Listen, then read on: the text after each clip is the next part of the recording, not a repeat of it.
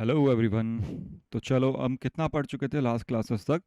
हम देख चुके थे कि व्हाट इज़ बीपीटी। बीपीटी के बारे में पढ़ चुके थे, फर्स्ट चीज़। सेकंड चीज़, हम कन्वर्स ऑफ बीपीटी पढ़ चुके हैं। और जब आप इस लेक्चर को शुरू कर रहे हैं, इस वीडियो को देखने से पहले इन दोनों को रिवाइज कर लेना, बुक में इनकी डेफिनेशन क्या है, प्रूव कैसे करते हैं, बहुत ज़रूरी है इनको लर्न करना। ठीक है। इसके बाद में हमने जो थर्ड किया था वो एक्सरसाइज 6.2 थी, वो कंप्लीट कर ली है ना। इसके क्वेश्चंस हमारे हो चुके हैं। और लास्ट क्लास में हमने जो आज की क्लास का बेस है कि what is angle angle angle similarity, ये चीज़, या फिर एंगल एंगल सिमिलैरिटी, दोनों सेम चीज़ें हैं, है ना। ये सब हमने सीख लिया था। इसके अलावा हमने देखा था साइड साइड साइड सिमिलैरिटी क्या होती है। और लास्ट था हमारे पास साइड एंगल साइड सिमिलैरिटी क्या होती है। ये तीन चीज़ें, ए बी और सी, ये तीन चीज़ें हमने कल एक्टिविटीज़ के थ्रू देखी थी। क्या करी थी इनकी हमने? एक्टिविटीज़। तो ये एक्टिविटीज़ आपको समझ में आ गई होंगी कैसे करते हैं, मेरे ख्याल तक आ जानी चाहिए, बहुत ईजी है, कुछ ऐसा हार्ड नहीं है। आज हम इनकी थ्योरम्स पढ़ेंगे कि हम कैसे बोल रहे हैं कि भाई ये एंगल एंगल, अगर दो एंगल्स इक्वल हैं या तीनों एंगल्स इक्वल हैं तो वो सिमिलर हो गए। क्योंकि हमने कंडीशंस क्या पढ़ी हैं? दो कंडीशंस होती हैं। कोई भी पॉलीगॉन किसी भी पॉलीगॉन के सिमिलर होता है, दो कंडीशन होती हैं। क्या होना चाहिए? कॉरेस्पॉन्डिंग एंगल्स आर इक्वल, पहली कंडीशन ये है। एंड दूसरी कंडीशन क्या है कि corresponding sides are in proportion. वो किस में होना चाहिए? प्रोपोर्शन सेम होना चाहिए, उनका रेशियो क्या होना चाहिए? सेम होना चाहिए कॉरेस्पॉन्डिंग साइड्स का, है ना। ये हमने पढ़ लिया था। लेकिन जब हमने थोड़ा और देखा तो कुछ रिजल्ट्स ऐसा है, या फिर कुछ थ्योरम्स ऐसी आई, उन्होंने क्या बोला, सब कुछ चेक करना ज़रूरी नहीं है, आप सब तीनों एंगल चेक कर लो, तीनों साइड्स का रेशियो चेक कर लो, या दोनों एंगल चेक कर लो तो भी चलेगा, या फिर दो साइड्स का रेशियो और उनके बीच का एक एंगल, अगर इन सब का कुछ इक्वल है या फिर सेम प्रोपोर्शन में है तो वो चीज़ें सिमिलर हैं for triangles.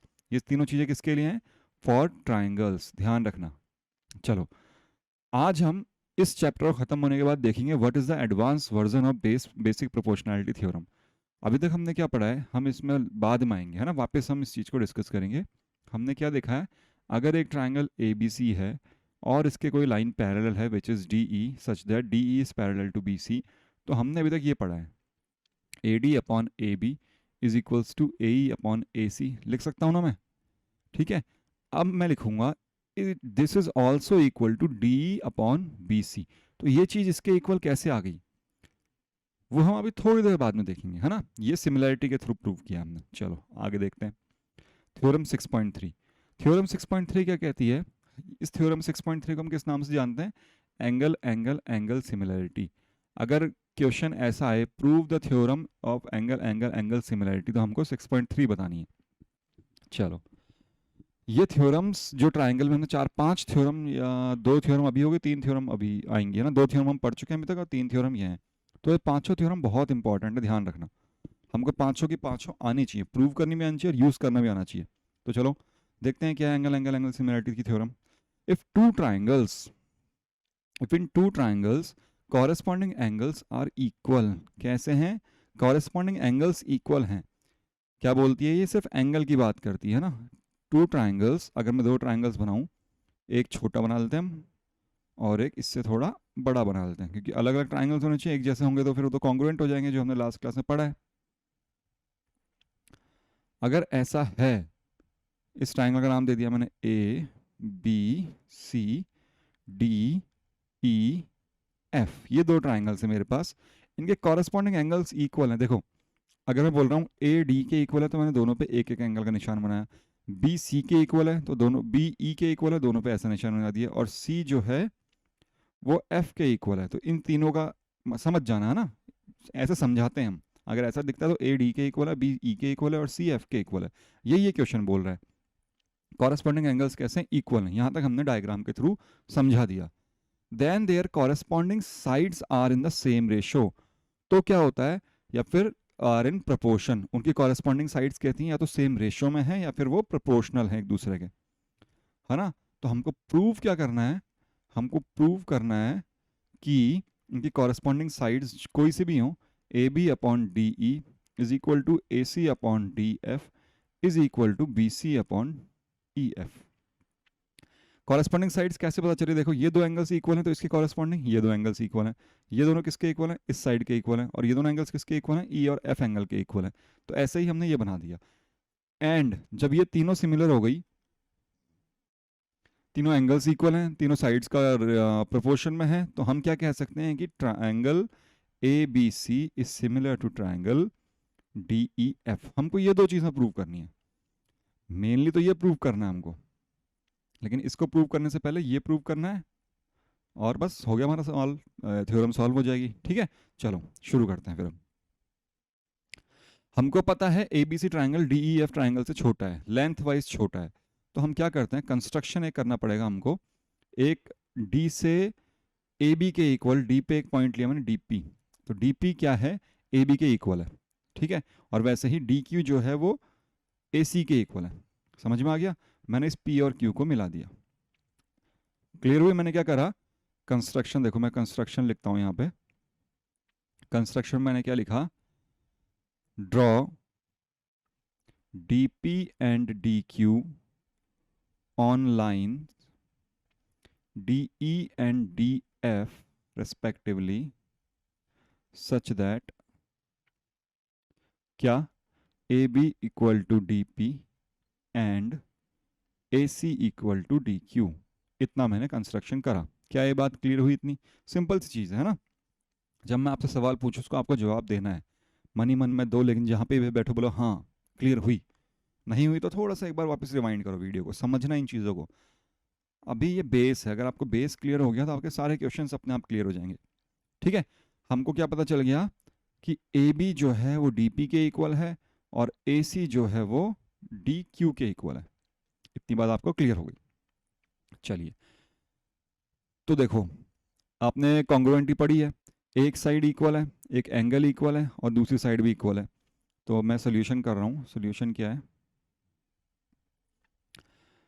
A B equal to D P and A C equal to D Q by construction. हमने बनाया ही ऐसा है इनको ना, and angle A equal to angle D, it is given. जो गिवन वाली चीज़ें मैंने नहीं लिखी है ना, उसके ऊपर आप यहाँ पे लिख लेना गिवन, जो जो आपको गिवन है। थ्योरम को ऐसे ही प्रूव करते हैं हम, गिवन, कंस्ट्रक्शन, देन प्रूव, या फिर प्रूफ। सोल्यूशन की जगह हम क्या लिखते हैं? प्रूफ। ये तीन चार चीज़ें लिखी जाती हैं इसमें। ये तीन हो गई। तो साइड एंगल साइड, तो बाय या फिर from side angle side congruenty या फिर congruency, triangle A B C is congruent to triangle D P Q. A के इक्वल है, बी सी और पी क्यू ये दोनों भी एंगल इक्वल है। जब ट्राइंगल कॉन्ग्रुएंट होते हैं, सो वी कैन से, क्या कह सकते हैं कि angle B is equal to angle P and angle C equal to angle Q. Angle B angle P के इक्वल हो गया, और एंगल सी एंगल क्यू के इक्वल हो गया। क्या ऐसा लिख सकता हूँ मैं? है ना, corresponding parts of congruent triangles. क्या लिखते हैं इसको हम? Corresponding parts of congruent triangles, C P C T.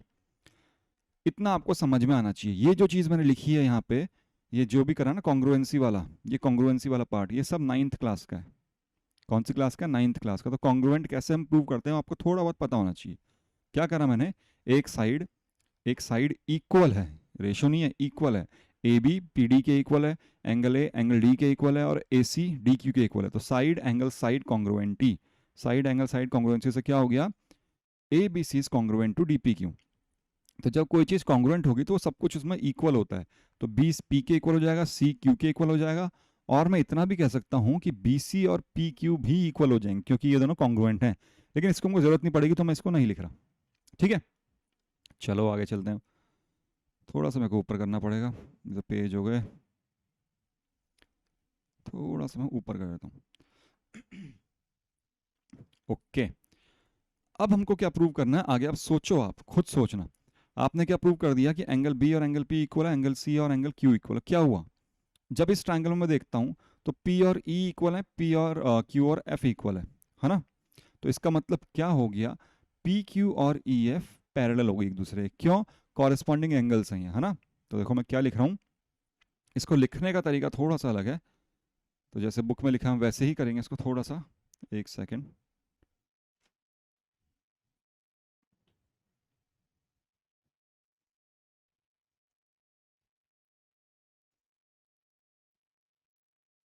अच्छा बुक में तो कुछ लिखा ही नहीं है, डायरेक्ट डायरेक्ट कर दिया है। चलो ठीक है, कोई बात नहीं। इतना आपको समझ में आ गया। तो मैं लिख सकता हूँ आगे, ये एक चीज़ खत्म हो गई मेरी, है ना। In triangle D P Q and triangle D E F, दोनों ट्राइंगल्स को अगर मैं देखता हूँ, तो angle P is equal to angle E and angle Q equal to angle F, है ना। कौन से एंगल्स हैं? Corresponding angles. हेंस अगर कॉरेस्पॉन्डिंग एंगल्स इक्वल हो तो हम क्या कह सकते हैं कि P Q is parallel to E F. P Q E F के पैरेलल हो गई, और अगर पैरेलल हो गई so by B P T in triangle D P Q. D P Q triangle में जब मैं बी पी टी यूज़ करूँगा, समझना क्या कर रहे हैं हम। मैंने क्या करा, आपको दिख रहा है, इसको थोड़ा छोटा कर लो। अरे बहुत छोटा हो गया।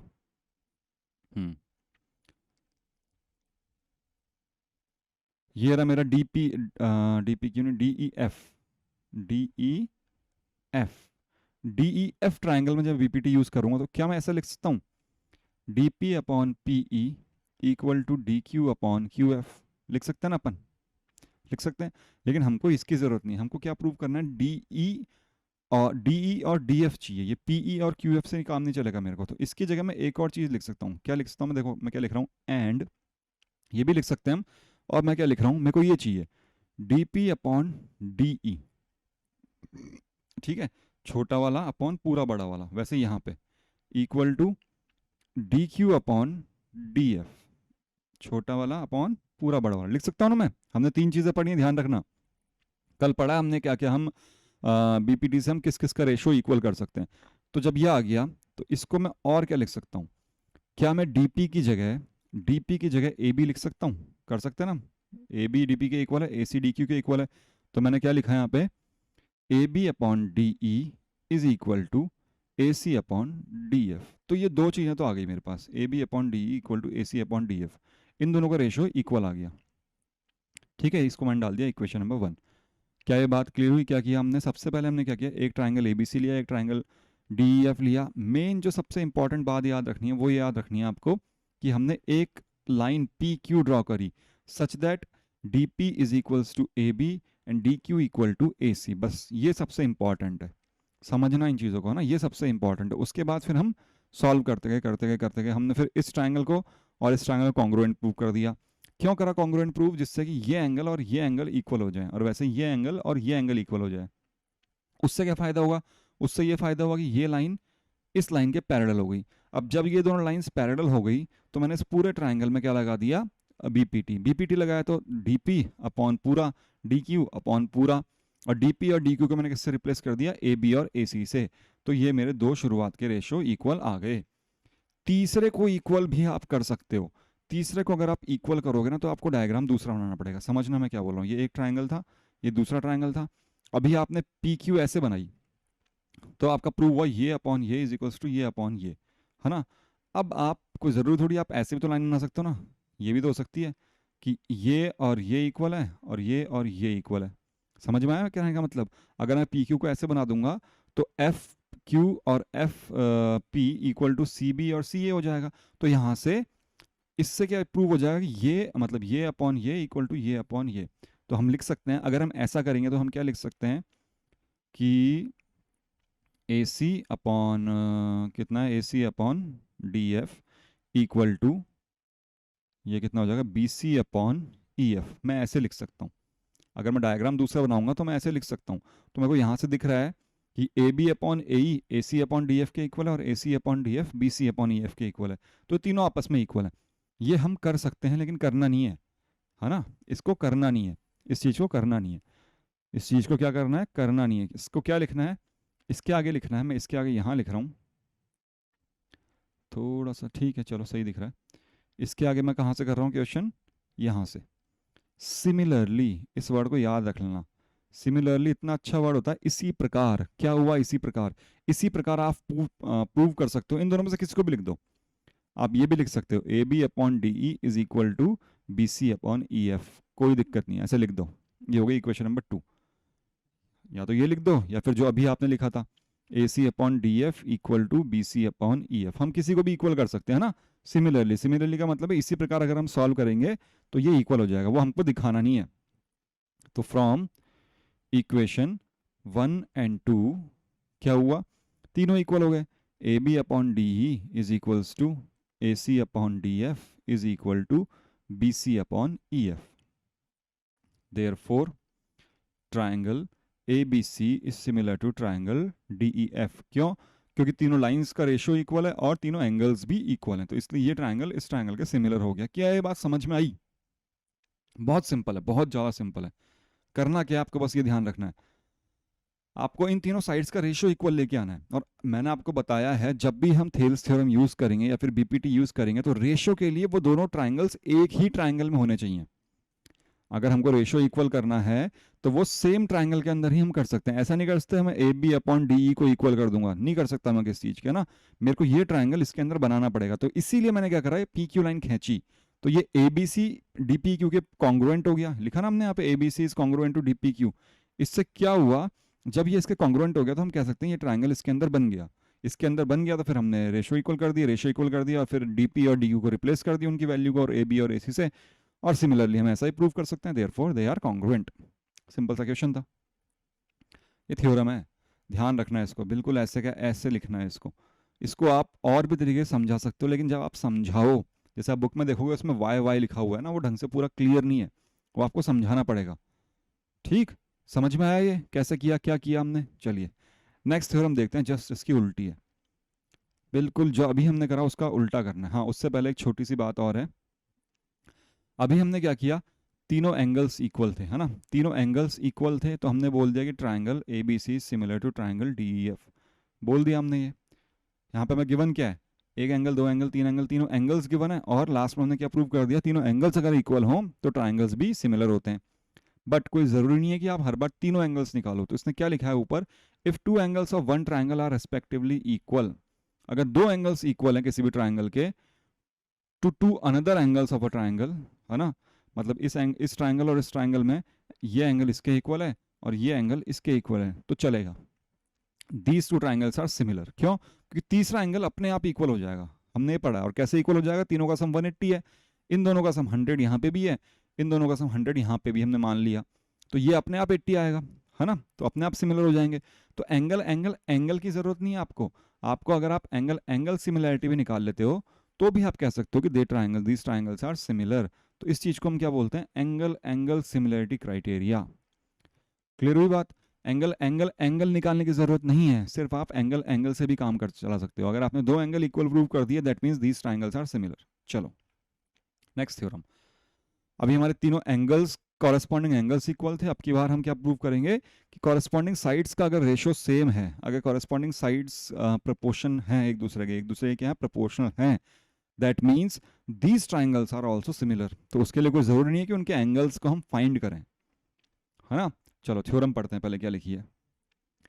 दो ट्राइंगल्स की बात होगी, if in two triangles sides of one triangles are proportional to, that means in the same ratio of the sides of other triangle, means क्या कह रहा है क्वेश्चन, एक ट्राइंगल है मेरे पास और एक थोड़ा इनको ट्राइंगल्स को एक काम करता हूँ मैं, इधर बनाते हैं ना, तो हमारे पास जगह थोड़ी सी ज़्यादा हो जाएगी, एक सेकेंड,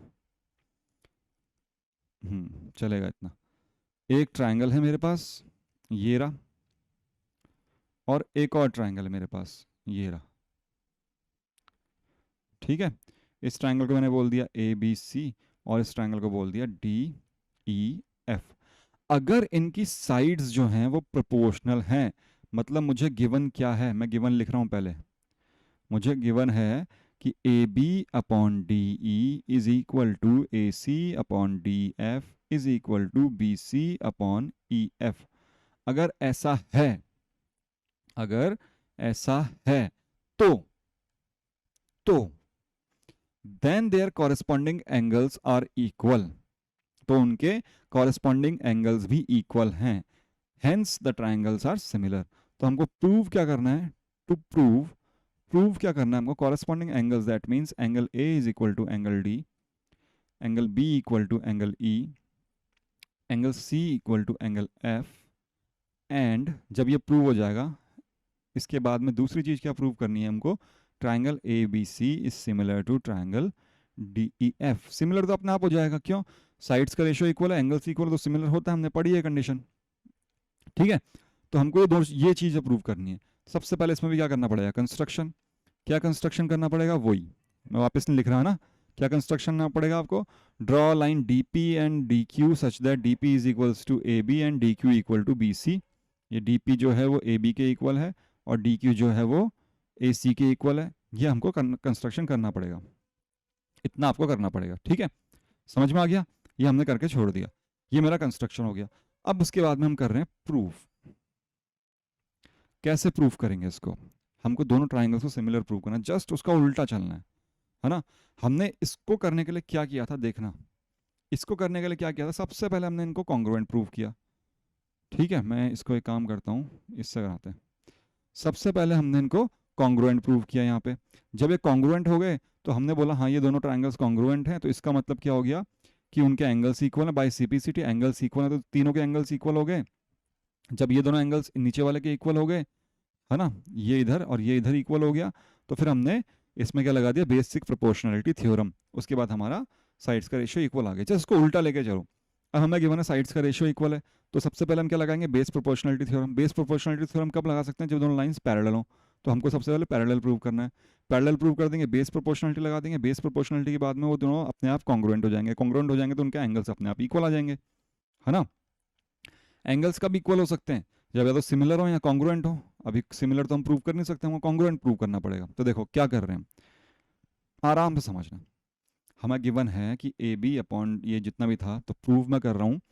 ये मेरे को मैंने कंस्ट्रक्शन करके क्या कर दिया कि A B is equals to D P and A C equal to D Q. ये मैंने कंस्ट्रक्शन कर दिया। ठीक है, अब प्रूफ क्या कर रहे हैं? देखो कैसे शुरू करेंगे। हमें गिवन है A B upon D E is equal to A C upon D F. ये हमें गिवन है, ये क्या है? गिवन। ठीक, इसके बाद में क्या लिख सकता हूँ मैं? ए बी की जगह डी पी लिख सकता हूँ, है ना। D P upon D E is equals to A C की जगह मैं पी क्यू लिख सकता हूँ, है ना। P Q upon D F, sorry A C की जगह डी क्यू, ए सी की जगह डी क्यू। ए सी किसके इक्वल है? डी क्यू के। ये कैसे हुआ? By construction. ठीक है, समझ में आ गया इतना? तो मैं इसको एक काम करता हूँ, बाय कंस्ट्रक्शन हटाता हूँ यहाँ से, ये आपको समझ में आ जाएगा। ठीक है, ये इसके इक्वल हो गया। तो जब मैंने देखा डी पी, मतलब डी पी कहाँ पे है, इसको ग्रीन से करते हैं। D P upon D E is equals to D Q upon D F जब आया, जब ऐसे लिखा हुआ आया, तो इसके बाद में क्या लिखा मैंने? By converse of BPT. By converse of BPT क्या मिल गया मेरे को? P Q is parallel to E F. अगर रेशो सेम है तो लाइंस कैसी होती हैं? पैरेलल होती हैं, है ना। If lines are parallel then angles are also equal, corresponding angles equal होते हैं ना। तो इसके बाद में क्या लिखा मैंने यहाँ पे? देयरफॉर मैं कह सकता हूँ कि angle P equal to angle E and angle Q equal to angle F। कह सकते हैं हम एंगल P और एंगल E आपस में इक्वल हो गए और एंगल Q और एंगल F आपस में इक्वल हो गए। क्यों? क्योंकि दोनों पैरेलल लाइंस हैं। कॉरेस्पॉन्डिंग एंगल्स क्या लिख देंगे ब्रैकेट में? Corresponding angles. क्लियर हुई इतनी बात? तो अभी हमारे पास ये दोनों एंगल्स इक्वल आ गए। और ये दोनों एंगल्स कौन से हैं? P और Q है DPQ का, और E और F है DEF के। तो क्या लिख रहा हूं मैं? So triangle DPQ is similar to triangle DEF। क्या मैं लिख सकता हूं ऐसा? कौन सी कॉन्ग्रुएंटी है? एंगल सिमिलरिटी, सॉरी कॉन्ग्रुएंटी नहीं, सिमिलरिटी। हम यहाँ सिमिलरिटी पढ़ रहे हैं। बहुत सिंपल सा है, दोनों एंगल्स इक्वल हैं, दोनों एंगल्स इक्वल हैं, तो भाई दो एंगल्स जब भी इक्वल होते हैं, तो अब भी हमने पढ़ा है क्या कर सकते हैं हम? एंगल सिमिलरिटी लगा सकते हैं। तो हमने यहाँ पे देखा डी पी क्यू ट्राइंगल के दो एंगल और डी ई एफ ट्राइंगल के दो एंगल्स इक्वल हैं, तो हमने क्या लगा दिया? एंगल सिमिलरिटी लगा दी। क्लियर हुआ इतना? तो अगर ये दोनों ट्राइंगल्स सिमिलर हैं तो मैं क्या लिख सकता हूँ? क्या मैं ऐसा लिख सकता हूँ? D P upon, therefore D P upon D E is equals to D Q upon D F is equals to P Q upon E F, है ना। तीनों का रेशियो इक्वल लिख सकते हैं ना अपन। अगर दो ट्राइंगल सिमिलर होते दैट मीन्स उनके साइड्स का रेशियो क्या होता है? इक्वल होता है। तो D P upon D E, देखो D P upon D E is equal to P Q upon E F is equals to D Q upon D F. वही लिखा है मैंने, तीनों साइड्स लिख ली। ठीक है, ये हमारा आ गया। अब अगर मैं यहाँ पे डी पी और ए बी इनको रिप्लेस कर दूँ तो इस चीज़ को मैं कैसे लिख सकता हूँ, इस चीज़ को मैं ऐसे भी कर सकता हूँ फिर, A B upon D E is equals to A C upon D F is equal to P Q upon E F. लिख सकते हैं हम ऐसे, इसको डालो इक्वेशन नंबर 1, लिख सकते हैं ऐसे। तो फ्रॉम इक्वेशन 1, इक्वेशन 1 से क्या हुआ, A B upon D E और A C upon D F ये दोनों चीज़ें B C upon E F के इक्वल है। तो इक्वेशन 1 से क्या लिख सकता हूँ मैं कि B C upon E F is equals to P Q upon E F. अब जब ये दोनों हुए तो हमने इनको कैंसिल करके देखा तो हमको मिला B C equal to P Q, मिला B C equal to P Q. तो हमने क्या प्रूव कर दिया कि बी सी और पी क्यू ये भी इक्वल है, ये दोनों भी कैसे हैं, इक्वल हैं। हम इसको एक बार वापस समझेंगे, बस आप समझते रहना मैं क्या समझा रहा हूँ आपको। ये दोनों साइड्स इक्वल आ गई। जब इसकी तीनों साइड्स और इसकी तीनों साइड्स इक्वल हो गई तो हम कह सकते हैं therefore triangle A B C is congruent to triangle D P Q, है ना। हमने क्या प्रूव कर दिया, दोनों ट्रायंगल्स कैसे हैं, कॉन्ग्रुएंट हैं। Hence by CPCT corresponding parts of congruent triangles, तीनों के एंगल्स भी इक्वल होंगे। Angle A equal to angle D, angle B equal to angle P and angle C equal to angle Q. हमको पता है P और Q जो angle है, यहाँ पे हमने लिखा है देखो, P और Q जो एंगल है वो एंगल E और एंगल F के इक्वल है। तो हम कह सकते हैं कि हमारा जो फर्स्ट पार्ट है, क्या कह सकता हूँ मैं, angle A equal to angle D आ गया, angle B equal to angle E आ गया and angle C equal to angle F आ गया। हैंस जो हमको प्रूव करना था, triangle ABC is similar to triangle DEF। Clear हुई बात। चलो वापस समझते हैं एक बार, सिंपल सी चीज़ है, बस उसका उल्टा करा हमने। हमने सबसे पहले क्या करा, दोनों लाइंस को पैरेलल प्रूव करा। कैसे पैरेलल प्रूव कर देंगे, पी क्यू और ई एफ कैसे पैरेलल हो जाएगी, रेशो से, है ना, converse of BPT, converse of BPT से। कन्वर्स ऑफ बीपीटी हमने क्या करा, सबसे पहले कंस्ट्रक्शन करा, A B equal to D P and A C equal to D Q, और पी और क्यू को ज्वाइन कर दिया। सबसे पहले हमने ये कंस्ट्रक्शन करा, तो इस कंस्ट्रक्शन से हमको ये लाइन मिल गई, ए बी डी पी के इक्वल है, ए सी डी क्यू के इक्वल है, ये दोनों आपस में इक्वल हो गए। ठीक है, ये इसके मतलब ये लाइन और ये लाइन और ये लाइन और ये लाइन ये आपस में इक्वल हो गए, ये दोनों, कोई दिक्कत नहीं है यहाँ तक। चलिए, उसके बाद हमको पता है जब इस ट्राइंगल में कौन से वाले ट्राइंगल में, इन दोनों ट्राइंगल्स के अंदर हमको ये गिवन है, A B upon D E is equals to A C upon D F, ये हमें गिवन था। हमने शुरू के दो रेशो देखे, लास्ट वाले को छोड़ दिया, है ना। कौन से देखना है, ये वाले साइड के, इस बीच वाले रेशो को छोड़ दिया हमने। तो जब इन रेशोज को देखा तो ये हमको गिवन था, ए बी और ए सी की जगह मैंने डी पी और डी क्यू रख दिया। जैसे ही मैंने यहाँ पे डी पी और डी क्यू रखा तो यहाँ पे क्या पता चल गया कि ये अपॉन ये, छोटा वाला अपॉन बड़ा वाला, छोटा वाला अपॉन बड़ा वाला, कन्वर्स ऑफ बीपीटी लग जाएगी। ये रेशो इक्वल है इसलिए ये लाइंस पैरेलल हो गई। लाइंस पैरेलल हो गई तो कॉरेस्पॉन्डिंग एंगल से पी और ई और क्यू और एफ इक्वल हो गए। ओके, ठीक है। उसके बाद हमने क्या प्रूव कर दिया कि ये छोटा वाला ट्राइंगल जो है दोनों का, ये इसका छोटा वाला ट्राइंगल और एबीसी दोनों कॉन्ग्रुएंट है। कॉन्ग्रुएंट होने से क्या बन जाएगा, एबीसी एक तरह से अंदर बन गया, है ना। इसको कॉन्ग्रुएंट प्रूव करने के लिए हमने सबसे पहले क्या करा, छोटे वाले ट्राइंगल को बड़े वाले ट्राइंगल के सिमिलर प्रूव कर दिया, क्योंकि दो एंगल्स इक्वल हैं, पी ई के इक्वल है, क्यू एफ के इक्वल है। तो डी पी क्यू और डी ई एफ दो अलग अलग ट्राइंगल हैं, ध्यान रखना। इन दोनों ट्राइंगल को हमने सिमिलर प्रूव कर दिया because two angles are equal, angle angle congruent, similarity से ये दोनों इक्वल हो गए। जब ये दोनों इक्वल हो गए, ये दोनों सिमिलर हो गए, तो इन तीनों का रेशो हमको पता है, जैसे ही चीज़ें सिमिलर होती हैं तो उनके साइड्स का रेशो भी इक्वल होता है। तो हमने इन दोनों ट्राइंगल की साइड का रेशो इक्वल कर दिया, और यहाँ पे देखा डीपी और डीक्यू की जगह में ए बी और ए सी को रिप्लेस कर सकता हूँ, कोई दिक्कत नहीं है, मैंने रिप्लेस कर दिया। जब इस रेशो और जो हमको गिवन रेशो था इन दोनों को देखा तो हमको पता चला कि यार B C upon E F is equal to P Q upon E F, तो उनसे बी सी और पी क्यू इक्वल आ गया। जब बी सी और पी क्यू इक्वल आ गया तो ये ट्राइंगल इसके कॉन्ग्रुएंट हो गया कि तीनों साइड्स इक्वल है ना। इसके सामने चाहे तो आप रीजन लिख लो, मैंने रीजन लिखा क्या, A B is equals to D P, या फिर ऐसे नहीं, साइड साइड साइड कॉन्ग्रुएंटी। कौन सी कॉन्ग्रुएंसी है, साइड साइड साइड कॉन्ग्रुएंटी। ठीक है, क्या बात क्लियर हुई। जब इसके साइड साइड साइड कॉन्ग्रुएंटी करी तो हमको दिखा यार, जब ये दोनों ट्राइंगल्स दोनों ही कॉन्ग्रुएंट हैं तो सारे एंगल्स अपने आप इक्वल हो जाते हैं। अगर कॉन्ग्रुएंट चीज़ें होती है तो उनके एंगल्स भी इक्वल होते हैं, साइड्स भी इक्वल होती हैं, रेशो में नहीं होती, इक्वल होती हैं। तो ए डी के इक्वल आ गया, बी पी, पी मतलब ई के इक्वल हो गया, और सी एफ के इक्वल हो गया, तो ये ट्राइंगल इसके सिमिलर हो गया। कॉन्सेप्ट को ध्यान रखना है। अगर आपको ये वाला समझ में आ गया, पहला वाला साइड एंगल एंगल एंगल, इसका जस्ट उल्टा चलेंगे तो साइड साइड साइड आ जाएगा। ठीक है, चलिए नेक्स्ट है साइड एंगल साइड। ये तीनों थ्योरम आपको एक साथ समझनी है, जरूरी है समझना। लेकिन जब आप क्वेश्चंस करोगे ना, क्वेश्चंस में ये थ्योरम नहीं पूछेगा आपसे, क्वेश्चन में आपको थ्योरम पता होना चाहिए कि हाँ भाई ऐसा होता है तो सिमिलर होते हैं, करेंगे हम क्वेश्चंस। लेकिन दिक्कत कहाँ आती है, जब एग्जाम में ये थ्योरम ही पूछ लेता है तो बच्चों के दिमाग के ऊपर से निकल जाती है बातें, है ना। थ्योरम को हम प्रूव नहीं कर पाते, क्यों? क्योंकि हमको समझाई नहीं होती, हमने समझी नहीं होती, हमको हार्ड लगती है, जो भी चीज़ें हैं। लेकिन अगर आपको एग्जाम में टॉप करना है या फिर बहुत अच्छे मार्क्स लेके आना है, या फिर आपको खुद को समझनी है चीज़ों को, क्योंकि आगे जब अगर आप मैथ्स लेते हो तो समझना बहुत ज़रूरी है। बस मैथ्स में कोई रटना नहीं होता, कुछ नहीं होता, सिर्फ समझना होता है। कुछ चीज़ें होती हैं जो हर जगह रटनी ही पड़ती हैं, है ना। लेकिन मैथ्स बहुत सारी समझने से बनी है, तो समझने के लिए आपको आपका दिमाग उस लेवल तक लेके जाना पड़ेगा। चलिए नेक्स्ट देखते हैं हम।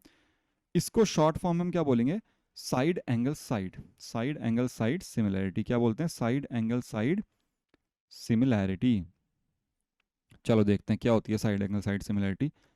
क्या बोल रहा है, if one angle of a triangle is equal to one angle of the other triangle, दो ट्राइंगल्स में एक एक एंगल इक्वल है, and the sides including these angles, ये बहुत इंपॉर्टेंट लाइन है, including these angles, and the sides including these angles are proportional, then two triangles are similar. मान लो ये एक ट्राइंगल ए बी सी है और इससे बड़ा है triangle D E F, A B C and D E F.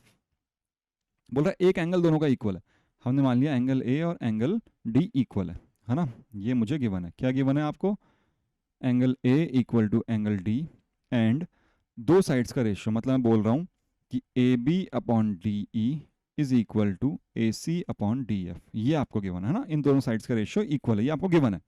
आपको प्रूव करना है दोनों ट्राइंगल सिमिलर हैं, तो सबसे पहले वही काम, D P and D Q such that D P is equals to, construction में क्या करना है हमको, D P is equals to A B and D Q equal to कितना, ए सी, ये हमको ड्रॉ करना है। ध्यान रखना जब आप ए पी अपॉन डी ई करोगे तो वैल्यू हमेशा लेस देन वन आएगी, है ना। ये इन दोनों की वैल्यूज कैसी हैं, लेस देन वन है, तो ये लेस देन वन बुक में लिखा हुआ है।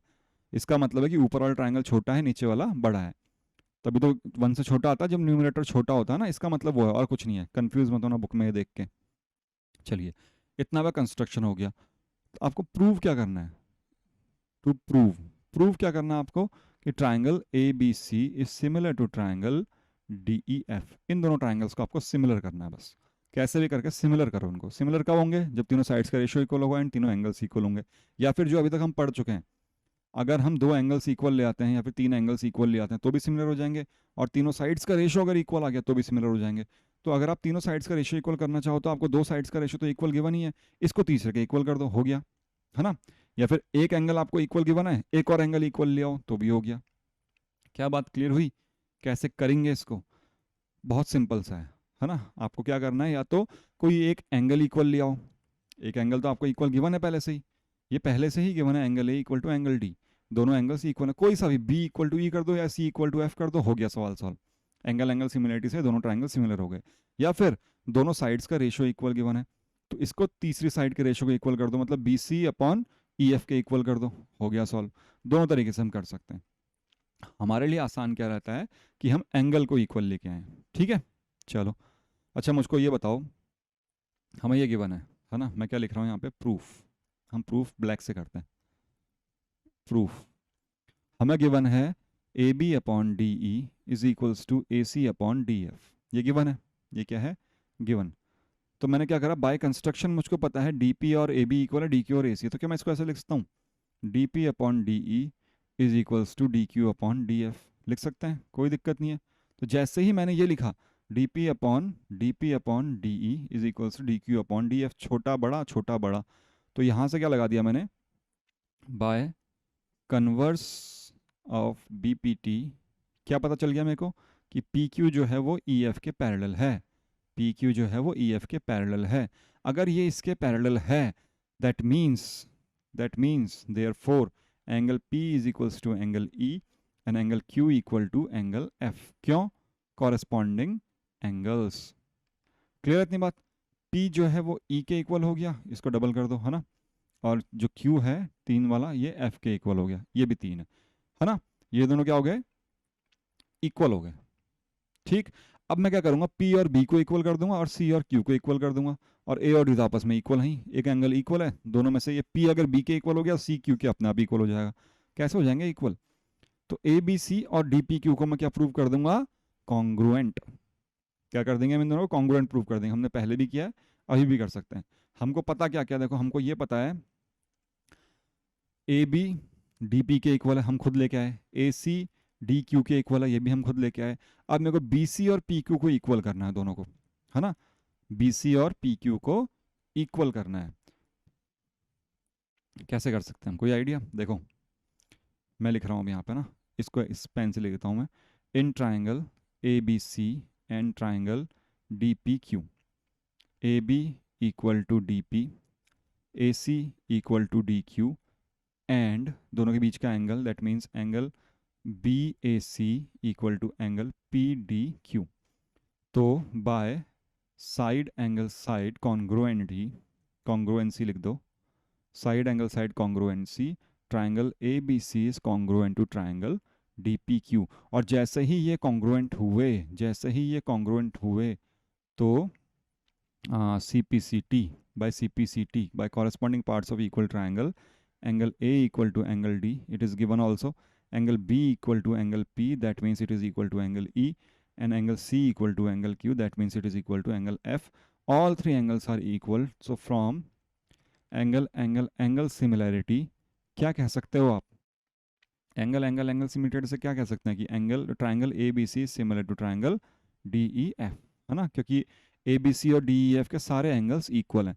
तो आपको समझ में आया कॉन्ग्रुएंट हम क्यों प्रूव कर रही है ना। सेम हमने यहाँ पे भी किया है, इस पार्ट में भी हमने इन दोनों ट्राइंगल्स को कॉन्ग्रुएंट प्रूव किया और हो गया। लेकिन यहाँ पे कॉन्ग्रुएंट प्रूव किया साइड साइड साइड कॉन्ग्रुएंसी से, यहाँ पे कॉन्ग्रुएंट प्रूव हुआ है साइड एंगल साइड कॉन्ग्रुएंसी से, थोड़ा सा फर्क है। इन चीज़ों को आप जब 2-3 बार समझोगे ना, खुद से सॉल्व करने की कोशिश करोगे, तब जाके एग्जाम ये समझ में आएंगे आपको, तीनों थ्योरम समझ में आएंगी। इसके बाद हमारे पास इसके एग्जाम्पल्स है जो हम नेक्स्ट वीडियो में पढ़ेंगे। बहुत सिंपल सिंपल है, बहुत ज़्यादा सिंपल है। ठीक है, अभी आपको 6.3, 6.4 एंड 6.5 तीनों थ्योरम्स को ढंग से देखना है। अब हम आते हैं हमारे एडवांस वर्जन ऑफ बीपीटी पे। एडवांस वर्जन ऑफ बीपीटी क्या कहता है कि आप सबको पता है कि ये रेशो अपॉन ये रेशो, ये रेशो अपॉन ये रेशो, ये इक्वल होता है। इन दोनों का क्या, तो जब आप इसको प्रूव करोगे, ये आपने अभी प्रूव कर चुके हो, वैसे इस चीज़ को आप सीख चुके हो, वापस हम एक बार देखते हैं। मुझे गिवन क्या क्या है, मुझको पता है because DE is parallel to BC, hence angle D is equals to angle B and angle E equal to angle C। कह सकता हूँ मैं कौन सा एंगल D, ये वाला। इसका पूरा नाम लिख लो तो और अच्छा है, चाहे तो आप ऐसे लिख लो ADE is equals to ABC and angle AED is equals to angle ACB। ये दोनों इक्वल है, ठीक है। ये एंगल इस एंगल के इक्वल हो गया, ये एंगल इस एंगल के इक्वल हो गया। तो इन triangle ABC and triangle ADE, इन दोनों ट्राइंगल्स में मैं बोलूँ angle D equal to angle B and angle E equal to angle C, तो बाय एंगल, और एंगल A तो एंगल A के इक्वल है ही दोनों के अंदर, है ना। By angle angle angle similarity, angle similarity से मुझको क्या पता चला कि triangle ADE is similar to triangle ABC। अब जब दोनों ट्राइंगल सिमिलर तो उनके साइड्स का रेशियो भी इक्वल होगा। So corresponding parts of similar triangles है, फिर आप सिंपल लिखते हो। So AD upon AB is equals to DE upon BC is equal to AE upon AC। तो देखो ऊपर वाले बन रहा है, हो गया ना प्रूव, ये चीज़ प्रूव हो गई DE अपॉन BC के इक्वल। इसका मतलब है इस छोटे वाले ट्राइंगल की तीनों साइड्स, ये अपॉन ये इज इक्वल्स टू ये अपॉन ये इज इक्वल टू ये अपॉन ये। चाहे तो आप इनका कलर अलग अलग कर दो, ये अपॉन ये इक्वल टू ये अपॉन ये इक्वल टू ये अपॉन ये। क्लियर है ये चीज़, है ना। हम ऐसे भी लिख सकते हैं, ध्यान रखना अगर दो लाइंस पैरेलल हैं एक दूसरे के एक ट्राइंगल के अंदर, तो छोटा वाला जो ट्राइंगल होता है बड़े वाले ट्राइंगल के सिमिलर होता है, और सिमिलर होता है तो उनके साइड्स का रेशियो इक्वल होता है। ये अभी हमको क्वेश्चंस करने में हेल्प करेंगे। आपने इस वाले जब कॉन्सेप्ट में करा, इसमें भी वही करा। देखो इन इन तीनों चीज़ों को आपने इक्वल प्रूव किया, है ना, हो गया वैसे क्या वैसे ही। बात समझ में आ रही है आपके? चलिए मिलेंगे हम नेक्स्ट वीडियो में, सॉल्व करेंगे उसमें एग्जांपल्स। तो अभी आपको क्या करना है, 6.1, 6.2, 6.3 तीनों थ्योरम्स को ढंग से समझना है। सॉरी 6.3 6.5 थ्योरम होगी टोटल। कौन कौन सी थ्योरम्स होगी? 6.1 बीपीटी, 6.2 कन्वर्स ऑफ बीपीटी, है ना, 6.3 6.4 एंड 6.5। 6.3 क्या है? एंगल एंगल एंगल या फिर एंगल एंगल सिमिलरिटी। 6.4 क्या है? Side side side. एंड 6.5 क्या है? Side angle side similarity. सब इन तीनों को भी आपको सॉल्व करना आना चाहिए। उसके बाद जब आप एग्जाम्पल्स करोगे आपको ऐसा लगेगा अरे ये तो क्या है, एग्जाम्पल्स फालतू के हैं, कोई मतलब नहीं है। ठीक है, चलो मिलते हैं फिर नेक्स्ट वीडियो में। Till then be logical.